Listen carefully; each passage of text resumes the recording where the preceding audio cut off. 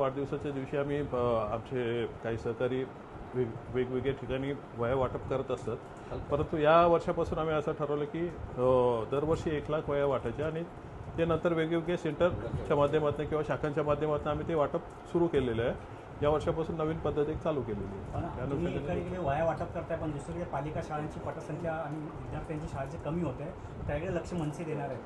नाही, अत्यंत खेदाची बाब आहे की आपल्याकडच्या शाळांची परिस्थिती अत्यंत वाईट आहे. माझ्या 27 गावांमधल्या शाळा तर अजूनही पालिकेने ताब्यात घेतल्यात की नाहीत म्हणजे मला काही आयडिया नाही आहे त्याची. परंतु ह्या ज्या मराठी शाळा आहेत विशेषतः या शाळा ताब्यात घेऊन ते दर्जा कसा सुधारेल हे बघायला पाहिजे. कारण या शाळांमध्ये आता फक्त मराठीच नाही तर दावडीसारख्या भागात उत्तर भारतीय लोक पण शिकतात मराठी शाळांमध्ये.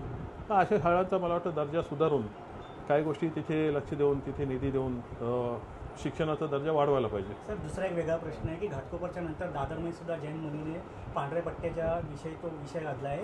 तर जैन मुलीनेच एकाने सांगितलेलं की मनसेनी अशा वेळेला मुंबऱ्यामध्ये जाऊन जे लोक रस्त्यावर नमाज पडतात तिकडे काळ्या पट्ट्या लावून दाखवाव्या. मला वाटतं त्याने अशी काय आव्हानात्मक भाषा करण्यापेक्षा तोंडावर त्यांची एक पांढरी पट्टी लावतात ती लावून गप्पा बसलेलं बरं आहे. हा काय धार्मिक वाद करायचा विषय नाही आहे. आपापला धर्म प्रत्येकानं आपापल्या घरात ठेवायला पाहिजे. आम्ही नमाजाच्या वेळेस पण त्याला विरोध करतो आणि अशा गोष्टी कुठे रस्त्यावर होत असतील मग कुठल्याही धर्म असेल. जैन धर्म आहे पण एका हिंदू नाही, ते अल्पसंख्याक आहेत. जैन धर्म हा वेगळा आहे. त्यांनी त्यांची बाजू आपापल्या मंदिरात त्यांनी पाळावी. आम्ही त्यांचा आदरच करू.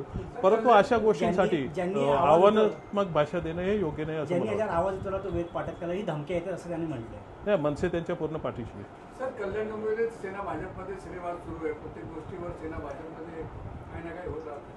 नाही, मला वाटतं आता कल्याण डोंबिवलीपुरतं बोलायचं झालं तर BJPचे 50, शिवसेनेचे मला वाटतं 53 असे भरभरून हे दिले. आम्ही त्यांच्यासोबत इथे काही मुद्द्यांवर काही मुद्दे आमचे रेज करून आम्ही त्यांना सपोर्ट केलेले आहे. मी 4 दिवसापूर्वीच इथले खासदार मान्य श्रीकांत शिंदे यांच्या इथे बैठक घेतली. त्यांना काही मुद्दे सांगितलेले आहेत की ही मेट्रोची जी कामं चालू करताय तुम्ही पुढे पण तर त्यासाठी काय आपले कल्याण शिलफाटा रस्त्याला काय ॲक्सेस असेल, पर्यायी मार्ग असतील, बाळाजी गार्डनला जो टप्पा क्रमांक 2 येतो याचा रिंग रूटचा त्याला बाळाजी गार्डन कसं कनेक्ट करता येतील, ह्या सगळ्या गोष्टी तुमच्या कागदावर तयार आहेत. ह्या कुठेतरी पुढे नेऊन मला वाटतं लोकांना आता ही कामं दाखवण्याची वेळ आहे. श्रेयवाद घेण्यात काय अर्थ नाही आहे आणि मला वाटतं त्याच्यात कोणी पडूही नाही. शिवसेना भाजपमध्ये प्रवेशाच्या बाबतीत जी शृंखला चालू आहे, आज तुमच्याकडे सुद्धा प्रवेश आहे, तर भाजप किंवा शिवसेनेचे कोण तुमच्या संपर्कात आहेत का प्रवेशासाठी? नाही, बरेचसे लोक असतात. काय आमची एक पद्धती पण आम्ही स्पष्ट सांगतो, तुम्हाला एखाद्या पक्षाचा कंटाळा आला असेल तिथे पहिला राजीनामा द्या. आम्हाला कुठला पक्ष फोडून आम्ही असे प्रवेश घेत नाही आहे. त्या पक्षाचा सन्मानपूर्वक तुम्ही राजीनामा द्या, तुमची नाराजी तिथे दाखवा. त्यानंतर तुम्हाला एक फ्रेश म्हणून इथे आम्ही प्रवेश देऊ आणि त्या अनुषंगाने लोक प्रवेश घेत असतात.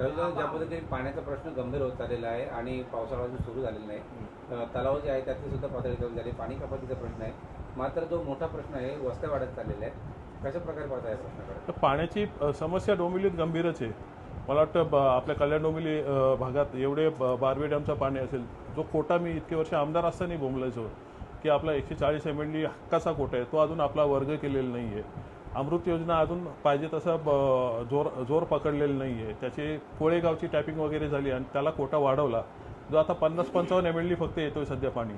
तो किमान 80-90 MLD जरी आला, जो हक्काचा आहे आमच्या कल्याण डोंबिवलीकरांच्या 27 गावांच्या, तर तो जर दिला तर पाणी टंचाई इथे भासणार नाही. अर्थात सध्या जो पावसाळा लांबला आहे त्यामुळे धरणांमध्येच पाणी कमी असल्यामुळे कोटा जरी वाढला तरी लोकांनी पाणी जपून वापरावंच लागेल. एकनाथ शिंदे साहेबांनी मनसे अध्यक्ष राज ठाकरे यांना वाढदिवसाच्या शुभेच्छा दिल्या आहे, कसं बघता तुम्ही याच्यामध्ये? नाही, हे बघा, एक राजकीय संस्कृती आहे. सर्वांनीच मान्य राजसाहेबांना वाढदिवसाच्या शुभेच्छा दिलेल्या मान्य राजसाहेबही देत असतात. मला यात काय नवल वाटत नाही. त्याला माझा प्रश्न शिक्षणावरतीच आहे. आता तुम्ही मोफत शिक्षणासाठी मोफत तुम्ही वह्या वाटपाचा कार्यक्रम केला, परंतु RT एक साईड आहे, त्या अंतर्गत पूर्ण शिक्षणाचा वह्यांचा सगळ्यांचा खर्च शासन करत असतो. पण अजूनही काही शाळा आहेत त्या शाळेमध्ये दिलं जात नाही, त्याबद्दल तुम्ही काय म्हणता? मुळात आपली शिक्षण पद्धतच पडतोच बोलू शकतो आपण. त्याबद्दल बरेच पालक महापालिकेमध्ये पर्यंत जाऊन आले. तुम्ही लोकांना जे 1500 रुपये देता किंवा मोफत योजना देता त्यापेक्षा चांगलं शिक्षण, चांगलं आरोग्य सेवा दिल्या तर मला वाटतं हे चांगलं होईल.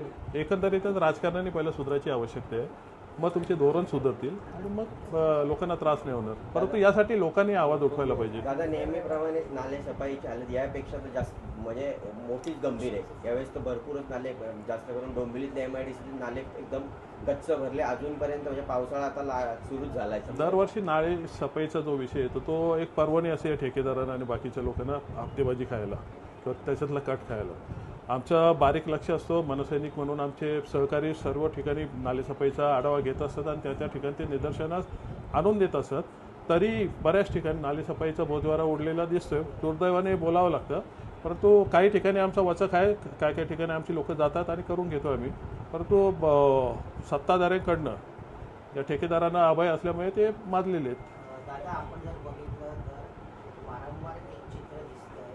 आता पुन्हा एकदा डोंबिवलीमध्ये एका इमारतीला गुजरातीमध्ये नाव दिले. आयुक्तांनी आदेश काढले की आस्थापना असतील, दुकानदार असतील, ते मराठी नाव असलं पाहिजे. मात्र पुन्हा एकदा एका इमारतीला गुजरातीत नाव आलेलं पुढे आले नाही, ते आम्ही माहिती घेतो आणि तो नाव बदलून टाकू, काही विषय नाही. दादा, कल्याणच्या बुद्धभूमीबद्दल काय सांगा की जेणेकरून जो प्रश्न ऐरणीवर आलेला आहे, परंतु तो एक बौद्ध समाजाचा मोठा प्रश्न आहे. त्यावर खासदार सुद्धा काम करत आहे, परंतु वेगवेगळ्या पद्धतीने जे संभ्रम काय सांगा, आपण काय सांगा? नाही, मला वाटतं मी परवा जेव्हा खासदारांकडे बसलेलो तेव्हा तोही विषय मी काढला आणि त्यांनी मला माहिती दिली की याचं एक प्राधिकरण बनवतं आणि त्या अनुषंगाने त्यांनी प्राधिकरण बनवलेलं पण आहे. ती जी जागा आहे ती अर्थातच खाजगी जागा आहे आणि त्याच्यावर बौद्ध समाजाच्या म्हणजे प्रार्थना स्थळ वगैरे तिथे आहे. तर तिथे एक प्राधिकरण बनवून त्यांची एक चांगली योजना त्यांनी तिथे सादर केलेली आहे. मला वाटतं त्या योजनेने बौद्ध समाजालाही मान मिळेल आणि लोकांनाही सोयीचं काहीतरी तिथे घडवता येईल.